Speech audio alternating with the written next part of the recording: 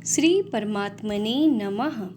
श्रीमद् भगवद गीता के पहले अध्याय का महात्म्य।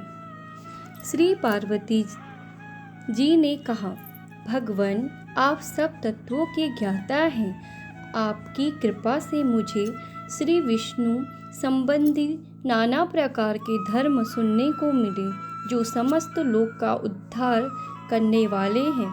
देवेश, अब मैं गीता का महात्म्य सुनना चाहती हूँ, जिसका श्रवण करने से श्री हरि में भक्ति बढ़ती है।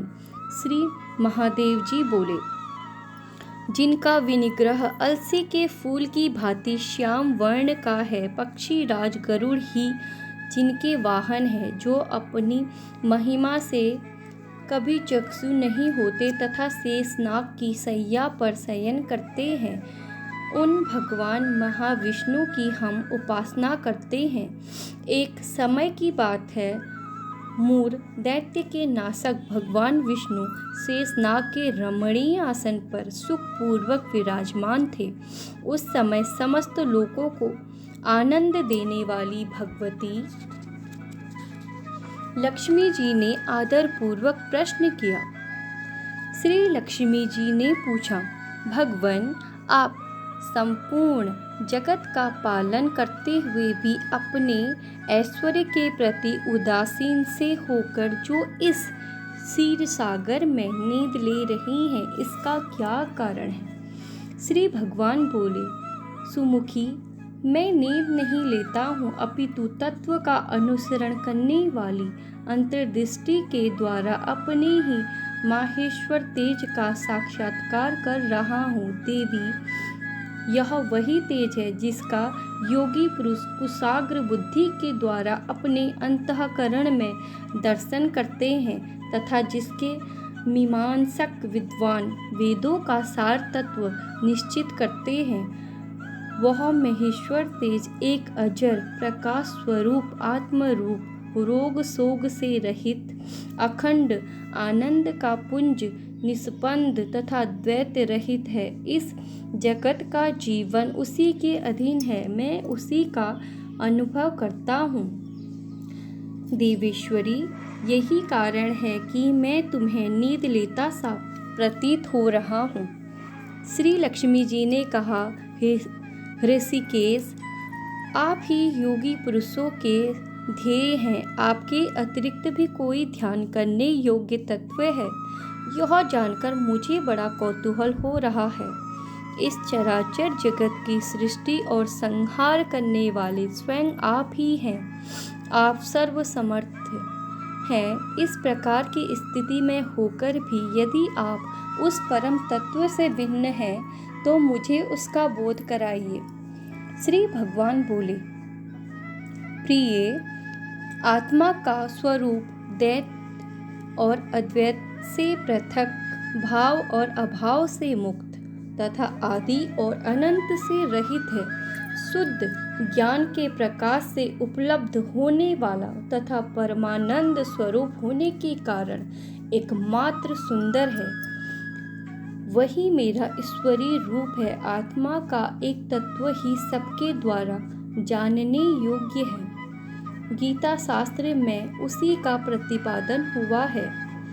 अमित तेजस्वी भगवान विष्णु के ये वचन सुनकर लक्ष्मी देवी ने शंख उपस्थित करते हुए कहा, भगवान, यदि आपका स्वरूप स्वयं परमानंदमय और मन वाणी की पहुँच के बाहर है, तो गीता कैसे उसका बोध कराती है? मेरे इस संदेह का आप निवारण कीजिए। श्री भगवान बोले, सुंदरी, सुनो, मैं गीता में अपनी स्थिति का वर्णन कराता हूँ। क्रमशः 5 अध्यायों को तुम 5 मुख जानो, 10 अध्यायों को 10 भुजाएं समझो तथा 1 अध्याय को उदर और 2 अध्यायों को दोनों चरण कमल जानो। इस प्रकार यह 18 अध्यायों की वाणमयी ईश्वरीय मूर्ति ही समझनी चाहिए। यह ज्ञान मात्र से ही महान पातकों का नाश करने वाली है। जो उत्तम बुद्धि वाला पुरुष गीता के एक या आधे अध्याय का अथवा एक आधे या चौथाई श्लोक का भी प्रतिदिन अभ्यास करता है, वह सुशर्मा के समान मुक्त हो जाता है। लक्ष्मी जी ने पूछा, देव, सुशर्मा कौन है? किस जाति का था और किस कारण से उसकी मुक्ति हुई? श्री भगवान बोले, प्रिय, सुशर्मा बड़ी खोटी बुद्धि का मनुष्य था। पापियों का तो वह शिरोमणि ही था। उसका जन्म वैदिक ज्ञान से शून्य एक क्रूरतापूर्वक कर्म करने वाले ब्राह्मणों के कुल में हुआ था। वह न ध्यान करता था, न जप, न होम करता था, न अतिथियों का सत्कार। वह लंपट होने के कारण सदा विषयों के सेवन में ही आसक्त रहता था। हल जोतता और पत्ते बेचकर जीविका चलाता था। उसे मंदिरा पीने का व्यसन था तथा वह मांस भी खाया करता था। इस प्रकार उसने अपने जीवन का दीर्घकाल व्यतीत कर दिया। एक दिन मूढ़ बुद्धि सुशर्मा पत्ते लेने के लिए किसी ऋषि की वाटिका में घुस रहा था। उसी बीच में काल रूपधारी काले सांप ने उसे डस लिया। सुशर्मा की मृत्यु हो गई। तदंतर वह अनेक नरकों में जा वहाँ की यातनाएं भोगकर मृत्यु लोक में लौट आया और वहाँ बोझ ढोने वाला बैल हुआ। उस समय किसी पडुंगू ने उसे जीवन को आराम से व्यतीत करने के लिए उसे खरीद लिया। बैल ने अपनी पीठ पर पंगु का भार ढोते हुए बड़े कष्ट से 7-8 वर्ष बिताए। एक दिन पंगु ने किसी ऊंचे स्थान पर बहुत देर तक बड़ी तेजी के साथ उस बैल को घुमाया। इससे वह थककर बड़े वेग से पृथ्वी पर गिरा और मूर्छित हो गया। उस समय वहाँ कौतूहलवश आकृष्ट हो बहुत से लोग एकत्रित हो गए। उस जन्म समुदाय में से किसी पुण्यात्मा व्यक्ति ने उस बैल का कल्याण करने के लिए उसे अपना पुण्य दान दिया। तत्पश्चात कुछ दूसरे लोगों ने भी अपने अपने पुण्यों को याद करके उन्हें उसके लिए दान किया। उस भीड़ में एक वेश्या भी खड़ी थी। उसे अपने पुण्य का पता नहीं था, तो भी उसने लोगों की देखा देखी उस बैल के लिए कुछ त्याग किया। तदंतर यमराज के दूत उसे मरे हुए प्राणी को अपने यमपुरी में ले गए। वहाँ यह विचार कर कि यह वेश्या के दिए हुए पुण्य से पुण्यवान हो गया है, उसे छोड़ दिया गया। फिर वह भूलोक में आकर उत्तम कुल और शील वाले ब्राह्मण के घर में उत्पन्न हुआ। उस समय भी उसे अपने पूर्व जन्म की बातों का स्मरण बना रहा।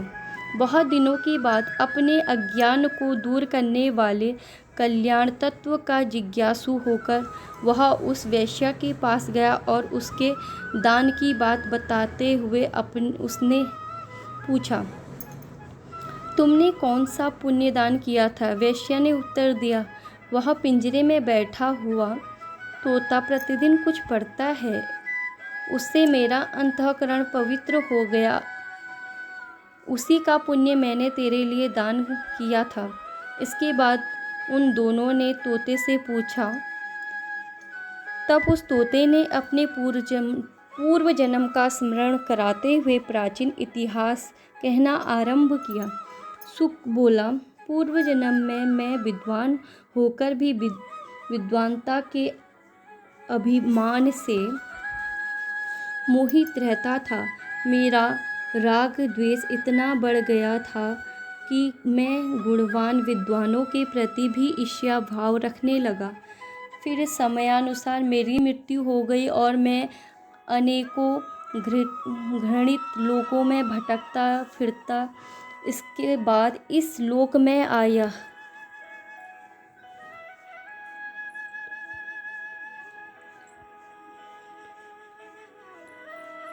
सुद्धरू की अत्यंत निंदा करने के कारण तोते के कुल में मेरा जन्म हुआ। पापी होने के कारण छोटी अवस्था में ही मेरा माता पिता से वियोग हो गया। एक दिन मैं ग्रीष्म ऋतु में तपे हुए मार्ग पर पड़ा था। वहाँ से कुछ श्रेष्ठ मुनि मुझे उठा लाए और महात्माओं के आश्रय के भीतर एक पिंजरे में उन्होंने मुझे डाल दिया। वहीं मुझे पढ़ाया गया। ऋषियों के बालक बड़े आदर के साथ गीता के प्रथम अध्याय की आवृत्ति करते थे।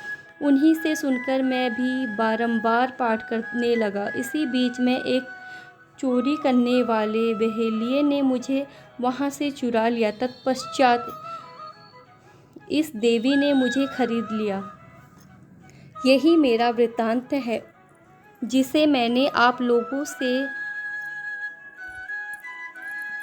को बता दिया है। पूर्व काल में मैंने इस प्रथम अध्याय का अभ्यास किया था, जिससे मैंने अपने पापों को दूर किया। फिर उसी से इस वेश्या का भी अंतःकरण शुद्ध हुआ और उसी के पुण्य से ये द्विजश्रेष्ठ सुशर्मा भी पाप मुक्त हुए हैं।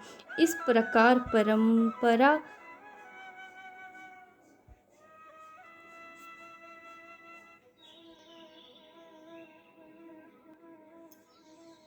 प्रकार परस्पर वार्तालाप और गीता के प्रथम अध्याय के महात्म्य की प्रशंसा करके वे तीनों निरंतर अपने अपने घर पर गीता का अभ्यास करने लगे। फिर ज्ञान प्राप्त करके वे मुक्त हो गए। इसलिए जो गीता के प्रथम अध्याय को सुनता है, पढ़ता है अथवा अभ्यास करता है, उसे इस भवसागर को पार करने में कोई कठिनाई नहीं होती।